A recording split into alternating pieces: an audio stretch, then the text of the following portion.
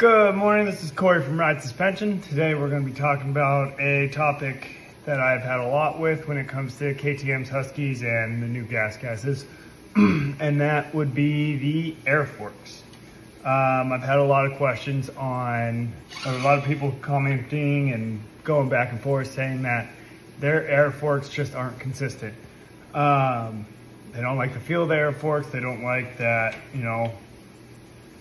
kind of just how they feel.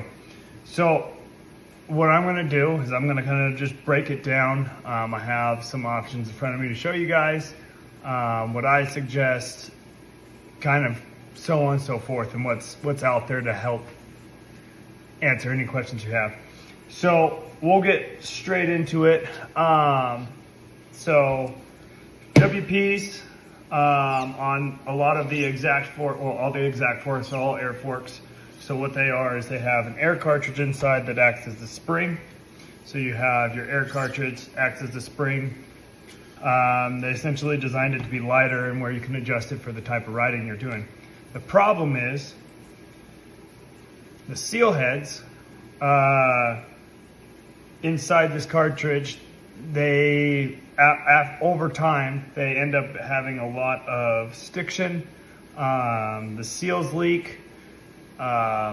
So on and so forth. And then at the end of motos or rides or throughout the ride, when temperatures change and friction and everything heats up the air, you have a change in pressure from 2 to 5 psi, which in these air forks can go from anywhere in the spring weight range of your set weight to 1 or 2 higher. Especially on these like fall mornings, everything like that, you get started riding and it's 40, 50 degrees out. Then you go throughout the day and it warms up to 70, 75, 80. That difference in air when you set it in the morning is going to be different from when you end your ride. And the same thing goes with the more you use your forks, the more pressure builds up, and it causes the forks to just feel stiff. Feels like it doesn't absorb much. So on and so forth. So there's a ton of companies that make a lot of stuff. You have your spring conversions, like the top two I know are Racetech and K-Tech. I have a K-Tech one here. So K-Tech makes a spring conversion that it essentially makes your forks SFF, which they already are, but it makes it where you have a spring in there. You have a straight rate spring set for your weight. You don't have fade. You don't have, temperature sensitivity throughout motos, especially some of these people that are doing, 3-4 motos a day. At the end of the day, and, at the end of the day, if you don't set your pressure or check your pressure, it's going to be different.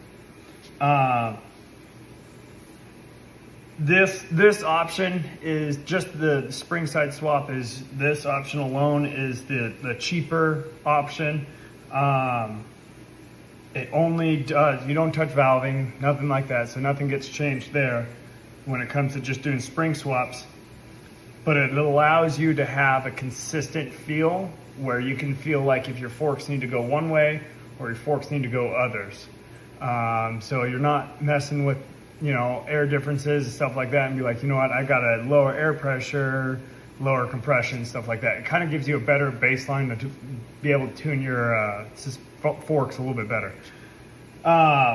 The other options out there that, are on the higher end stuff, you have your MX Tech Luckies, you have your Ravens, you have your Blackjacks, you have your KYB swaps, you have your Dallas Agios.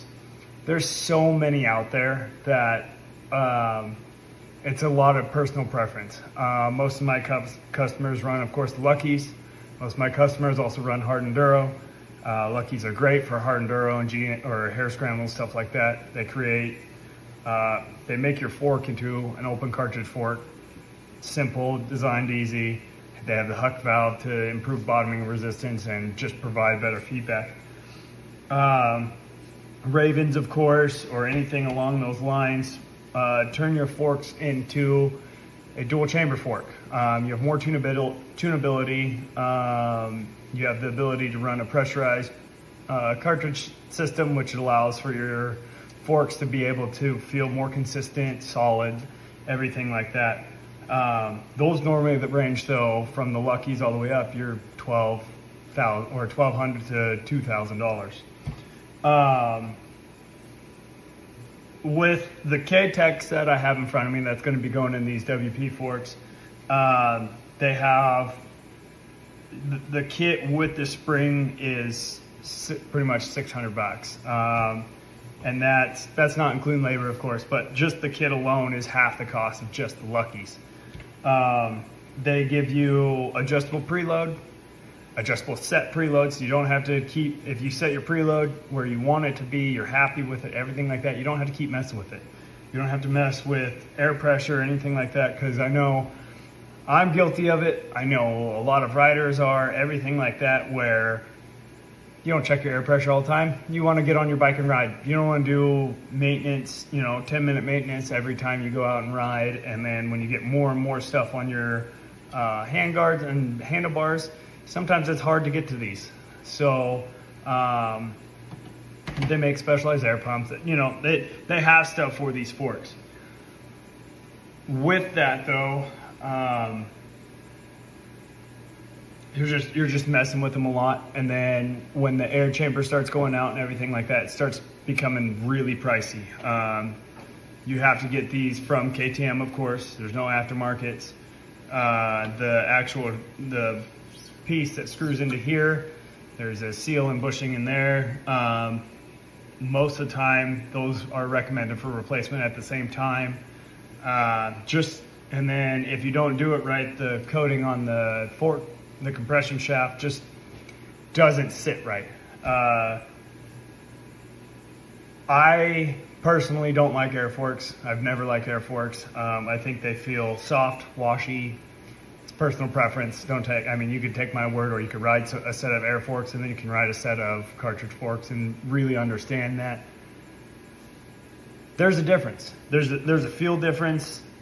Even just going from air to spring, your suspension feel alone is night and day. You just have more consistency. If you guys have any questions, of course, my phone's always on me. Shoot me a call, shoot me a text, leave a comment.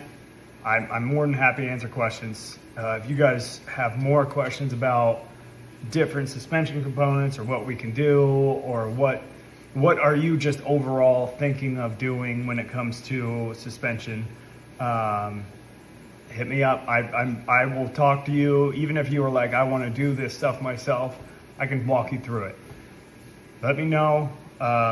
Leave me a comment, like, share, whatever. Anything helps.